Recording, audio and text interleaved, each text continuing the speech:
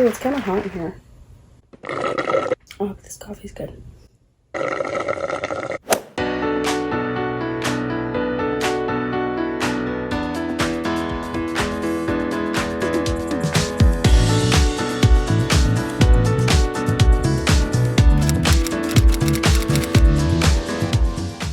I was kind of feeling a little anxious for no reason whatsoever, and I realized that we are approaching August, which, if anyone is in college, knows the anxiety starts creeping in because that means you have to go back to school. I have graduated college already, as many of you guys know. I've been thinking a lot about my time in college and everything and how great it was, but it also got me thinking how busy I was.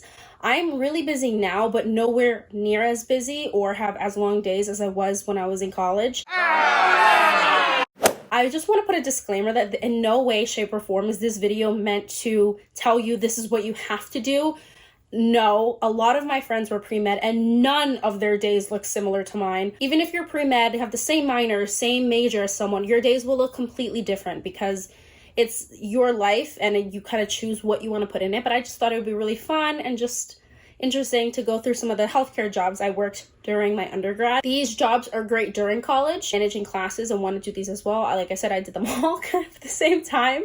They're also great post-grad jobs. If you've graduated and are, wanting to take gap years or wanting to find your career and settle down, these are all great opportunities. Whatever you want them to be, as long as you put good work into it, they will do that for you. So if you want to just work there for 2 years, if you want to work there for 50 years and have this be your career, they're all great for this. Another disclaimer here. I know this is crazy. I worked way too many jobs. I don't regret any of them. I loved all of them. I gave them my 110%. I just have a problem that I can't not be busy. So I just packed my schedule. I don't recommend this to anyone, but again, this is just supposed to be lighthearted. I hope you guys like it, and let's get on to the video.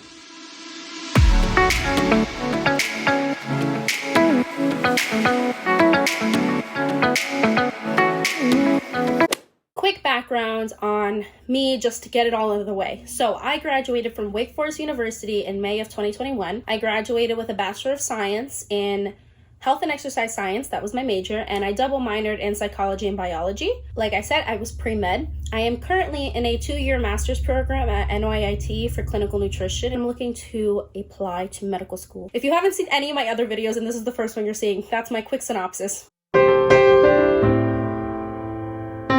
I worked as a part-time medical receptionist my last 2 years, my junior and my senior year, at the student health in my university. So I'm not sure about all universities, but our university had a doctor's office on campus. It was called Student Health. It's run by this amazing group of people. Literally, they were my rocks and my support system during some of the hardest times in college. The way I got the position was I was part of Wake Forest EMS. After some time in the organization, if you dedicate enough to it, you can become a full member. And once you achieve that, the office manager for Student Health would hire part-time medical office assistant. One of my other friends let me know, oh, hey, she's looking to hire more people if you guys are interested. And I was interested. My mom thought I was crazy. I remember I called her and was like, hey, so I kind of got another job, and she got really upset on the phone.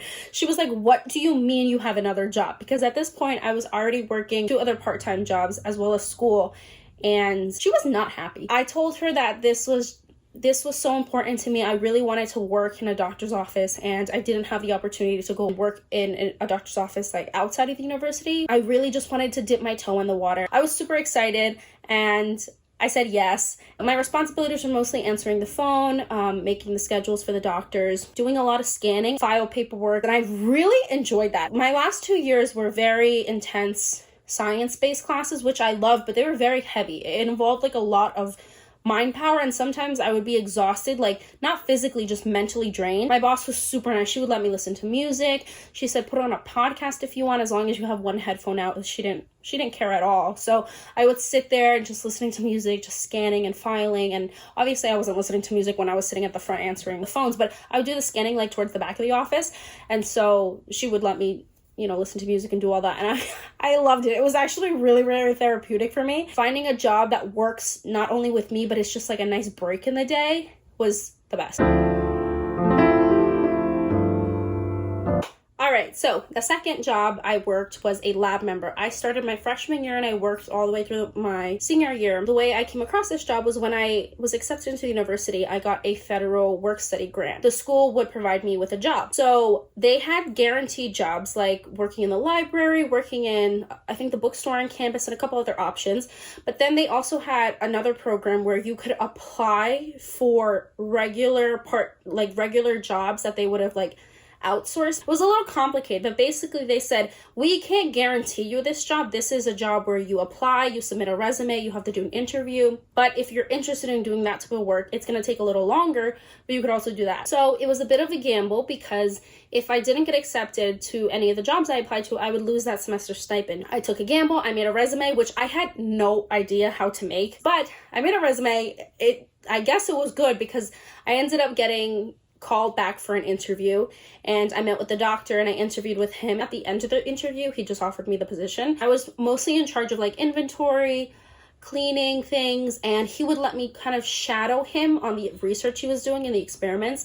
And as the years progressed, it switched more from lab duties of cleaning and doing things like that to helping him with the experiments, and then also with the analysis of the research we did. Especially if you're pre-med, one of the biggest things that people tell you is to get a research position. So usually those are through internships, because someone has to teach you, so they don't really want to pay to teach you. But because this job I was getting paid through an external outlet, I learned what I would have in an internship that would have been unpaid, but I was able to get paid for it. And I am so appreciative of this job. I did a lot of computer analysis and using RStudio and creating 3D images and representations of the data we collected, which was really hard. Especially, I'm not very computer savvy, and it took me a while. It was a big learning curve. And every time I would get frustrated, I would be like, Raquel, it's okay. This is your job. You're getting paid to do this, and you have to know how to do this anyway. And the fact that you're getting paid is a privilege, and that really helped a lot. I saw so many of my friends struggling with the same things, and they were either not getting paid or paying to be able to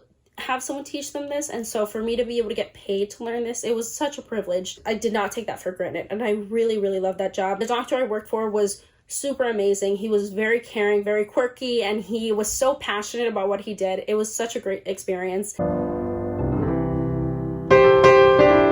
next one I'm going to talk about is being a Spanish medical translator. My parents both speak Spanish. My dad's from El Salvador, my mom's from Ecuador. They were both born there, and then they came to the United States where they had me. And so I grew up bilingual. I speak fluent Spanish and I speak fluent English. My Spanish is fluent, but I was never professionally trained. When it came to medical Spanish, I didn't realize how much of a learning curve there would be between, oh, I'm bilingual, I can speak Spanish, and being able to speak Spanish to someone when you're describing a medical condition or going over blood work results, explaining to them symptoms and medicine. I realized I was lacking in a lot of my vocabulary. I wanted to take a medical Spanish class at the university, but unfortunately that class was really hard to get into. I went to a small school, so the classes would fill up very quickly. I remember I went to the language building to speak to the Spanish professor to see if maybe I could squeeze into her class, which I didn't know if I could do because I had never met her before. And I remember I was walking there, and outside of her door there was a bulletin board, and there was flyers of advertising different clubs and different things and stuff like that. And there was one, I think it said something along the lines of, are you looking to practice and help, or are you looking to be a medical Spanish translator? Something along those lines. But basically it was join our club, it's free, and all these things. And this is literally what I was looking for. And so I remember I took a picture of it, and I emailed and filled out the Google form, and a couple days later someone reached out and said, hi, I'm the president of this group.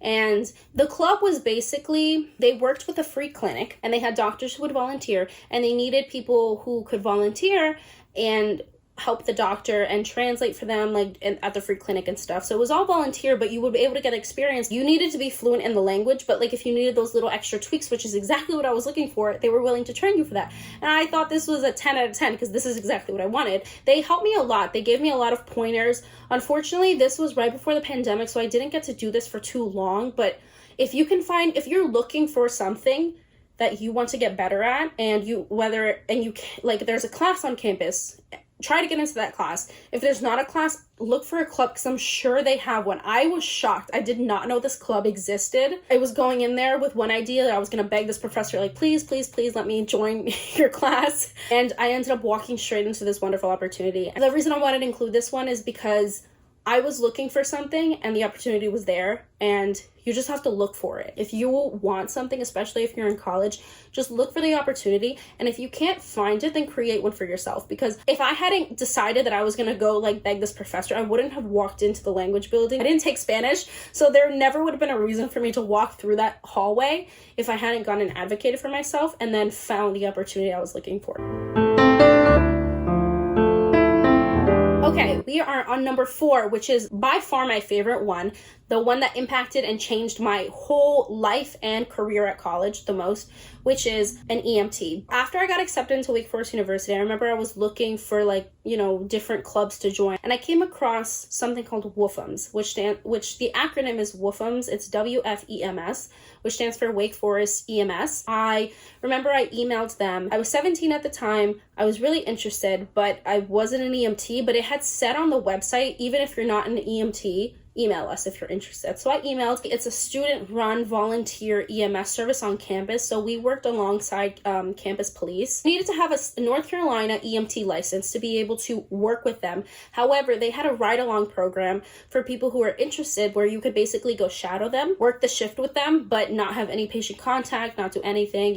I had to sign some papers saying that anything I saw during the call would be completely confidential and all those things. During winter break or during the summer, I could get my EMT certification if I was interested, or if I was lucky and wanted to, I could try to get into an EMT class, which my school offered, which I had no idea about. So I was super excited. So I looked into it, and I remember when I met with my academic advisor, I asked him and I said, oh, is there any chance I can get into this EMT class? And he just laughed and said, yeah, that class, the seniors fill it up like right away. I don't think there's any way you're gonna be able to get into it. And I was really sad because it would have been free. So EMT courses, they're not that expensive, but they run, depending on what you do, it's a couple, either a couple hundred or a couple thousand at best.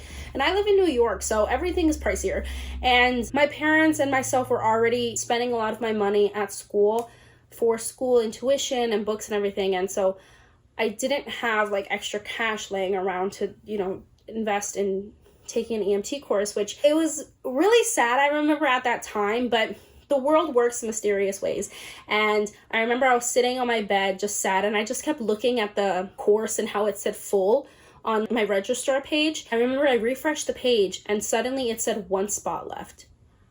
And my heart dropped. I was so excited. And I was like, okay, don't get too excited. Went to add class, and I added it and I refreshed the page and it added me in. And then when you looked at my schedule, it said the class was in. And I literally started crying. My roommate came in a little bit later and she was like, oh my gosh, are you okay?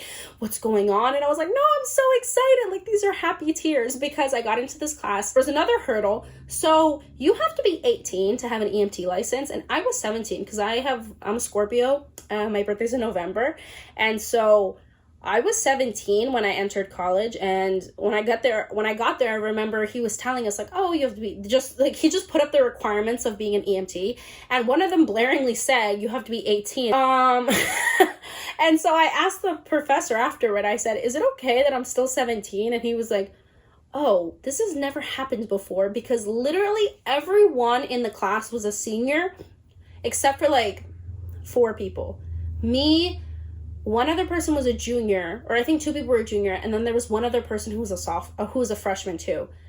And that was it. Everyone else was a senior, so he was people are always over 18. But then he dug a little more, and he said that I could be 17 and taking the class as long as by the completion of the class I was 18, and by the time I took the test I was 18. I took the class, the best decision I ever made.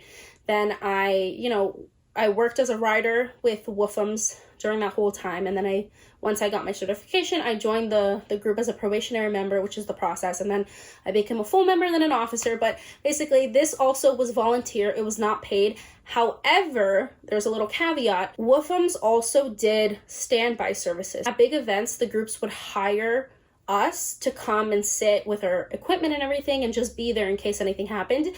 And this was paid. So through that opportunity is how I got that opportunity to get that. So I guess that was my other job because I did get paid for that. And whenever possible, I would take a standby. So I did get a substantial amount of money from that. So I guess it was not paid, but there was an opportunity to get paid if you wanted to take it. So that's what I did as well. I worked as many shifts as I could. I loved it so much. And it was honestly the best. If there's one single decision that I made in college that was the best thing I ever did, it was getting my EMT certification and joining Wolfham's, because that was like the best experience of my life.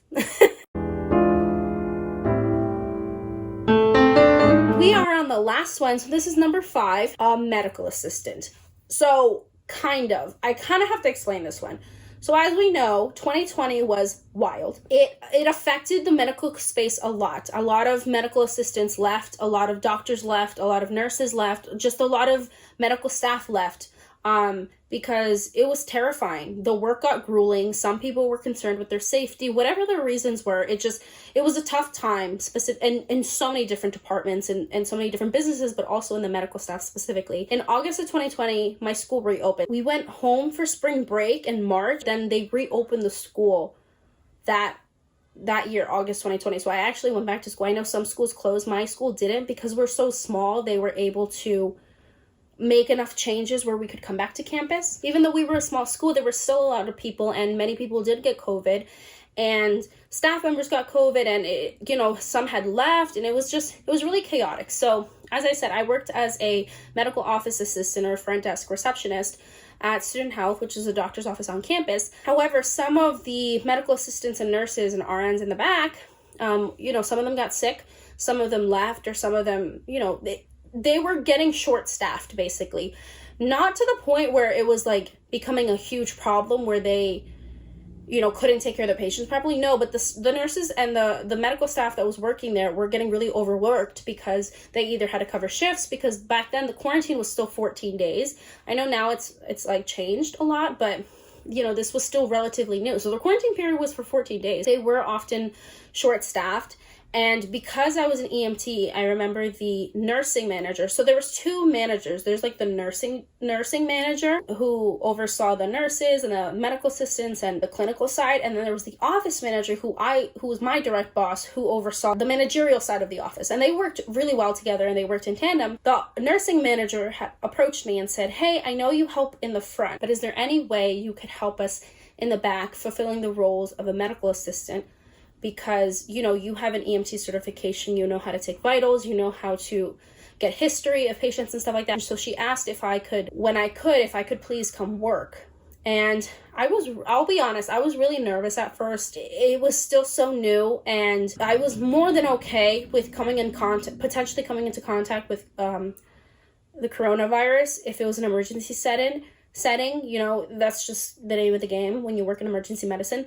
But putting myself in a closed room every day with someone who may or may not have COVID, I don't know, that just seemed weirder to me. I don't know. But even though I had some fears and doubts, I instantly said yes. I told her any way I could help. I was splitting my time between working in the front desk and working in the back with them. I remember I sent a picture to my family group chat, and I just said I look like a potato, because I was in full PPE, like I was like wearing everything, and I would go in and I would get a history from the patient, their signs and symptoms. I would take their vitals, get everything, and then prep them, and I would give all that information to the nurse or the medical assistant and the doctor. I was basically like a medical assistant's assistant or a nurse's assistant, because the doctor really wouldn't give me instructions directly. It was mostly the nurses and medical assistants that would give me directions, and I would do whatever they needed. It was really eye-opening, because I was used to seeing patients in a lot of different settings. We would get calls in just random parts